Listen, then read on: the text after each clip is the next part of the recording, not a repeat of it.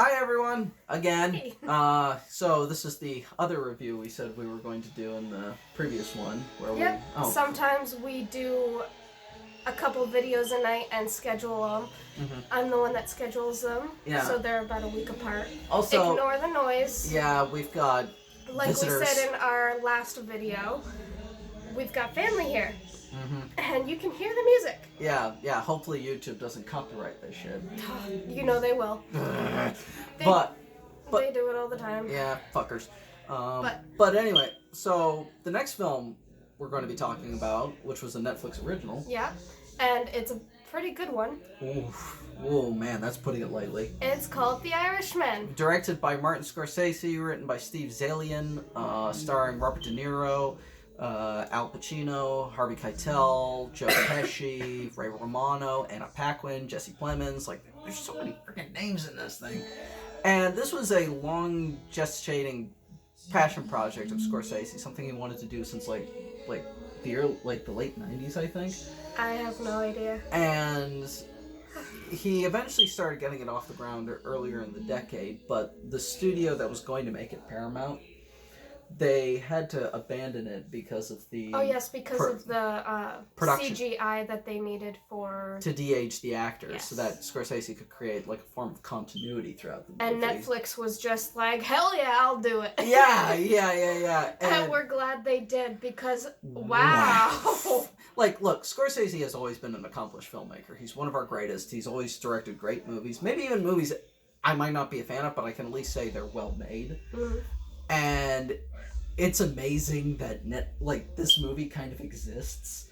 Like, it probably wouldn't without Netflix's help, because it's like... Yeah, I'm glad they got a good director on this one. Well, no, this was his project. Like, this is, like, something like he wanted to... I know. Oh, okay.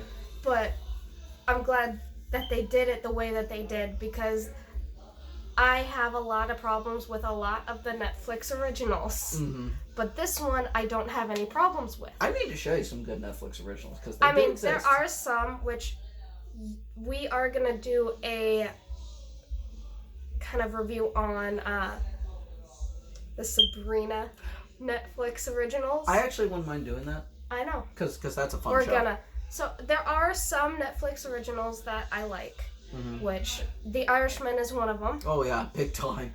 And there are definitely some that I don't. Likewise. I can name some that I've seen that are not good. For any of you who are a fan of the original Anne of Green Gables, Anne with an E is a ripoff.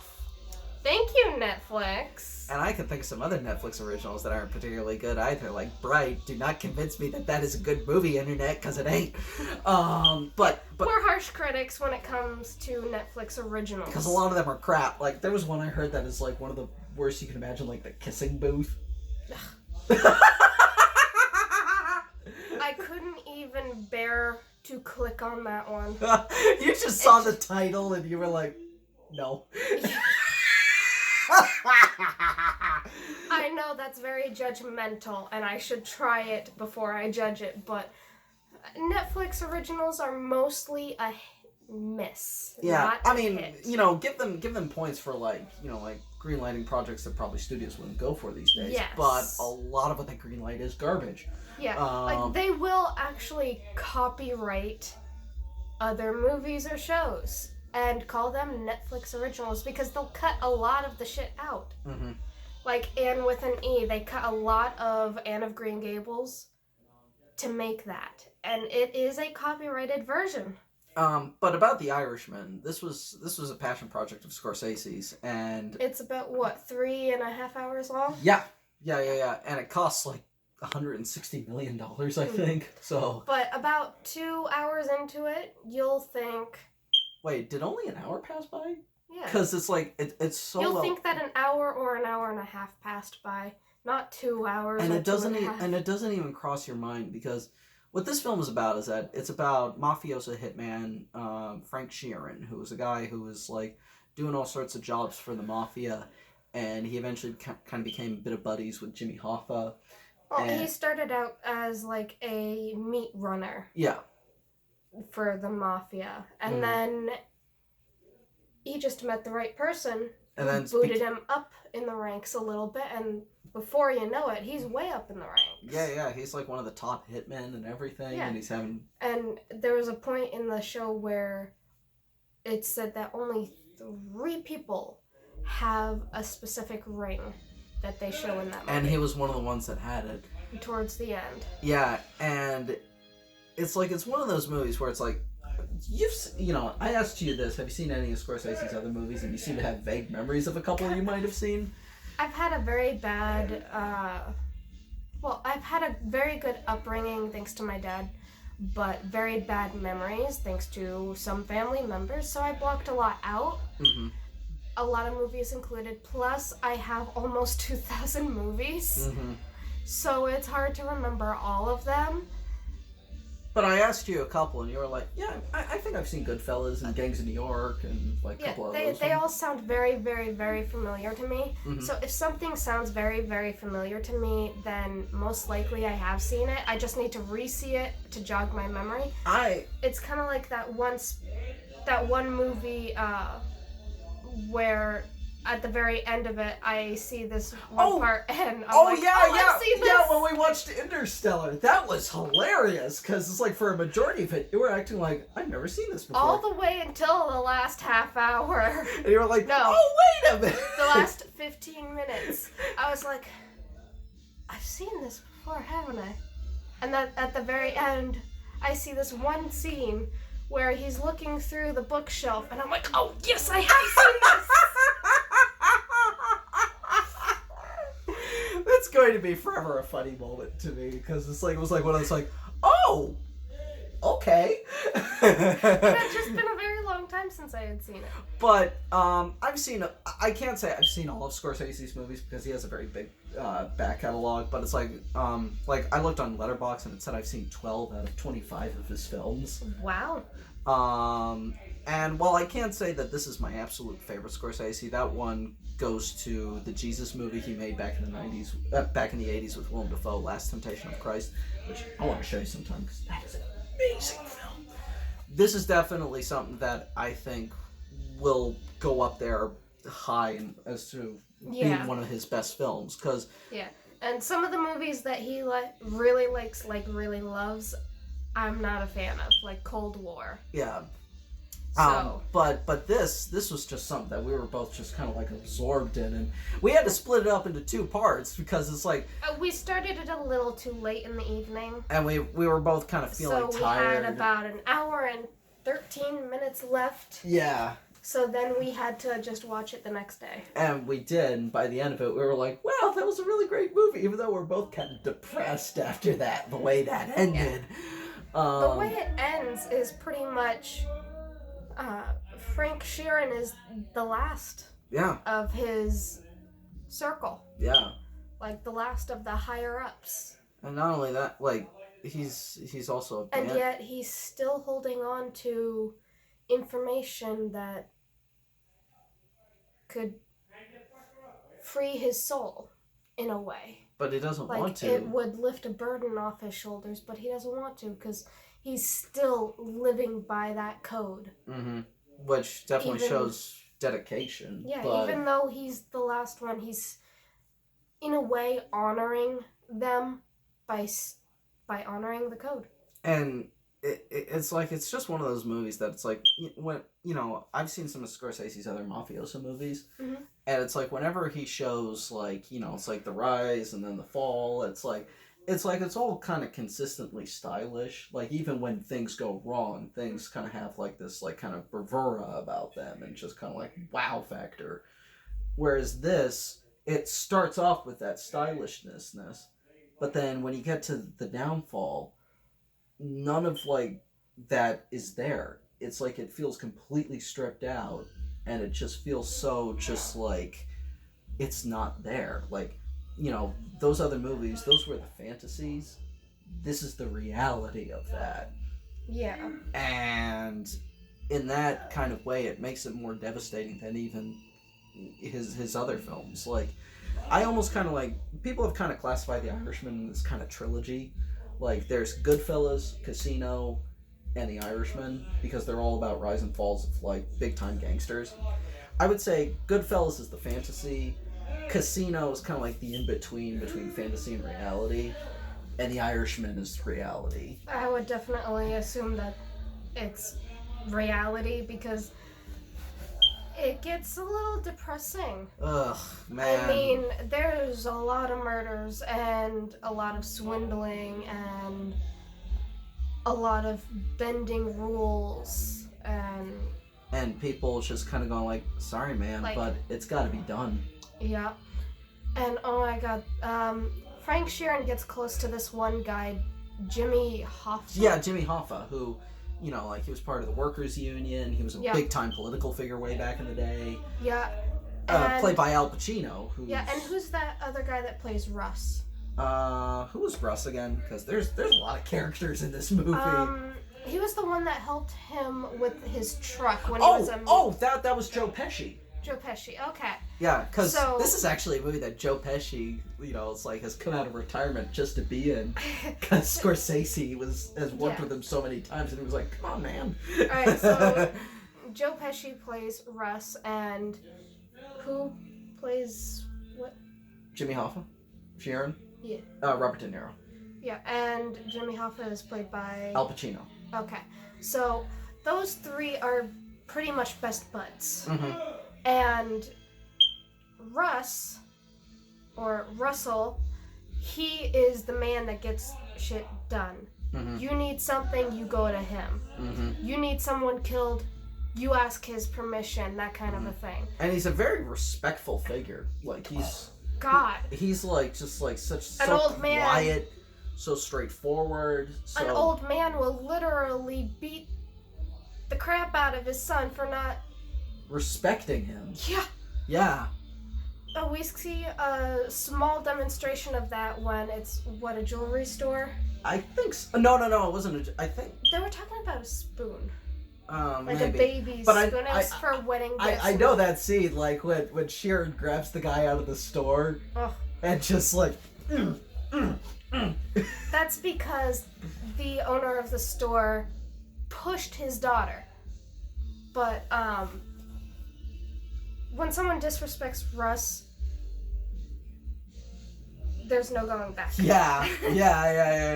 And when you see this... It's pretty much a death sentence. And when you see this guy, you're like, he has such a presence about him, but he's so quiet. But then Joe Hoffa, he's big, he's loud. Jimmy's just so bombastic, and I gotta say, there's a lot of great performances in this movie. But Al Pacino, I thought, gave the best performance as Jimmy Hoffa. Like, he just, like, has such, like, a great bombast about him. I'm gonna do what I want, when I want, where I want. I never drink. And nobody can tell me what to do. He's got that kind of an attitude, and those three, they get pretty close. And Frank Sheeran becomes really closer to Jimmy more than Russ was with Jimmy. Mm-hmm. And at the end, towards the end, I'd say kind of in the third act. Yeah,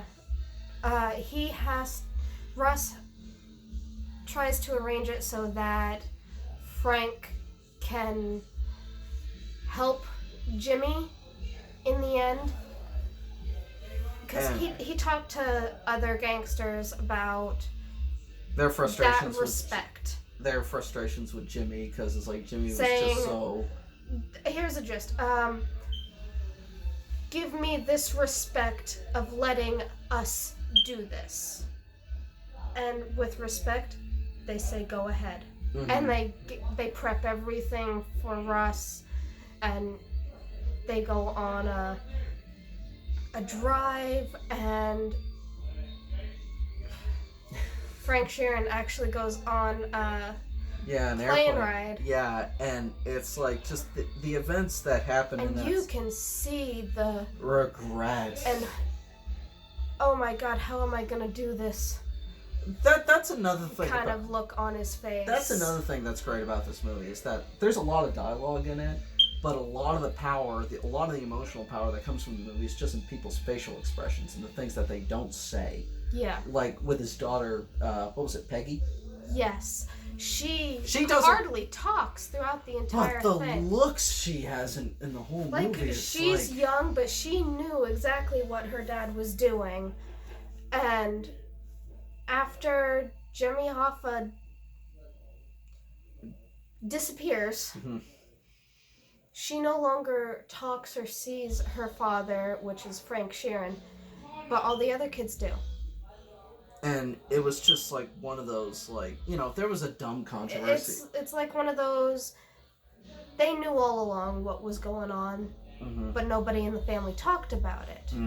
There's a dumb controversy that's been coming up because Anna Paquin's character, Peggy, you know, she doesn't have many lines in the movie, and a lot of people are kind of like, oh, that's sexist, blah, blah, blah, blah. But it's not sexist. It was actually pretty powerful. Exactly. And I've been if seeing those people would get their heads out of their asses, they would see how powerful. A woman doesn't have to say anything for it to be powerful. She just has to give a look. Like, if I want him to do something, yeah, she gives me a look. Or if I'm disappointed in him for something, I will give him a look, and he knows the difference between the looks. Yeah. I don't have to say anything. And it's like, thankfully, a lot of other, you know, film critics and film fans have kind of chimed in. They're like, no, it's not. She's damn good in the movie. Like, she may not have any lines, but it's like, I would say that's the sign of, like, a really good performance where you can give all the proper emotions without saying a goddamn thing. It's definitely one of those movies. You don't have to say much to give the right impression, the right dialogue. Yeah. And I wanted to ask you something, but what did you think of the CG effects that they used to... You could not tell that they de-aged them and then aged them. I would say the only time, and it was very early in the beginning, like for me it was just like a weird little quirk, but Joe Pesci, when, you know, it's like we see him kind of younger, you know, when they kind of... It was like something kind of weird about the way his face looked. I didn't notice. I did, but, you know, like not long after that... It depends on your eye. Like, if you've got a very keen eye for CG, which he does more than me, I couldn't tell, but he could. But it was only very briefly, and it didn't affect my enjoyment of the movie, because it's like... No, I don't think anything would have affected the enjoyment of that. No. Because it's a really, really well-made movie. It's exceptional. It's like, you know how I go over my rankings of films over the year and shit. Like, you know, it's like, this is extremely high up there. Like, this is like... It's already at like number 2 for me. Like, and I can't wait to give this another watch again, because I can see this being the sort of movie that would benefit from rewatching it a couple of times. Yeah, because no matter what, if you see one movie once and then you go to see it again maybe a month later or so, you pick up stuff that you've missed. And this movie has such a dense, like, story who knows? to There it. might be another part to this video going into more depth with the next time that we watch it. I know our parents are interested in watching it, so Yes. who knows? Maybe we might have a family night and watch The Irishman. Maybe. I'm just curious, but like, would you have seen this in the theater, or were you fine to watch it at video? Because there are actually some theaters in Maine that are playing this right now. That's a tough call. Yeah. If they had better seating than the cinema that we usually go to, which is... Smitty's. Yeah. Then yes. And better food. I get it, you guys got a bowling alley and all of that in my Smitty's, but God, stop with the food poisoning. For me, this is kind of a movie that can go either way. Like, I would not mind watching this in the theater at all, but I feel just as comfortable watching it at home, because... Well, I feel more comfortable at home, just because you can relax more. Plus, I don't think you can ask the theater to pause the film halfway through if you need to go and stop and make a pee break or something. That's the good part about being at home while watching a movie, is you can pause it. Especially if it's a 3.5-hour movie. I mean, granted, you don't notice the running time at all while you're watching it. No. But... If we had watched the entire thing from start to finish that one night, we would have thought that only 2 hours went by. Yeah, maybe even less than that. Like, yeah. Because it's just so, like, you're just, like, watching it throughout the entire thing. There was also... Oh. Hi. Hey, sleepyhead. You want to come join us? I'll grab her. Hey, Sophia, come here. Yep, she's here again.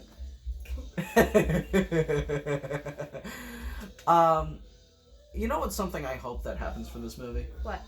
Couple things. I've been paying attention to what's going to be, like at the Oscars this year. Mm-hmm. I hope this is the front runner for Best Picture, because that would be terrific. It would. At the very least, I hope this movie wins the Oscar for Best Visual Effects, because this movie has the best visual effects Now, I've seen. compared to this, how do you think A Beautiful Day in the Neighborhood I'm sorry, would but match up? I'm sorry, this kind of demolishes A Beautiful Day in the Neighborhood's, chances. Not to say Beautiful Day in the Neighborhood is a bad movie. I'm just saying when it comes to the Oscars, it's just kind of like you have this mammoth-sized Scorsese gangster epic going up against this small little Mr. Rogers movie, and it's it's kind of an easy call to make here on this one. Yeah. But another thing, what I hope this happens is that Netflix originals don't get often, video releases for their films. They're kind of their big deal is hey, you can only watch it on here. They just they've done DVD and Blu-ray releases of their TV shows, but not so much of their movies. Though next year they are going to be doing a physical release for Roma, which was a Spanish language film that they had the rights to.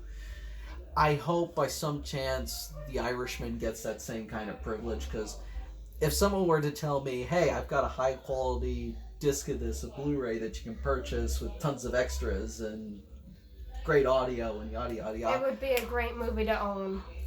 Absolutely. I would buy this in a heartbeat, because it's just that good. Maybe this might even be a film, not only just one of the best of the year, but just one of the best of the decade. Because I was wow, I can't, I should have known it was good because it was Scorsese, but even he somehow managed to top those expectations because he's that good of a filmmaker. So if you can go see The Irishman in the theater, go for it. If you just want to sit home and watch it on Netflix, go for it. Just please watch this movie because it deserves it. Calm down. I'm sorry, but it does. Oh, hi, Sophia. But do you have any comments you want to add about The Irishman? No, I don't. Do you? Did she even watch it with us? I mean, she might have heard what was going on, but... She's like, no, Mommy, I don't have anything to say. I just want to go back to sleep. Well, anyway, that's our video on The Irishman. I'm just curious, what are we going to be watching in the next couple of weeks? Cause, I don't know. I mean, do you want to see Knives Out if we get the chance, or... Yes. Okay. That actually looks like it's fun. I've heard it's terrific. You gonna join us? I don't think you can. Who knows, we might have the other dog join us. Are we going to a theater or at home? No, we'd have to go to a theater because Knives Out is... Alright, then dog's not allowed. Not even little her. And of course, come December, not only, there's also going to be the new Star Wars film coming out, The Rise of Skywalker, which... Should I plunk you down and make you watch the newest films in the new trilogy, or do you think I should just fly solo at that, or what? Okay, so the new one looks thrilling. I have never seen Star Wars. Any of them. I have the originals on VHS and the new films on Blu-ray. He wants to show me all of it. I can crochet the characters. I've just never seen it. Yeah. And I've got an R2-D2 plug that I gotta bring from the other house. But I've never seen Star Wars. A lot of them are good. There's a couple of ones I don't like, but a lot of them I do like. And a lot of the time I do love these films. So, it's always interesting to see how people rank them, but that's a discussion for another time. Anyway, go watch The Irishman when you get the chance. You have a good one, people. Bye.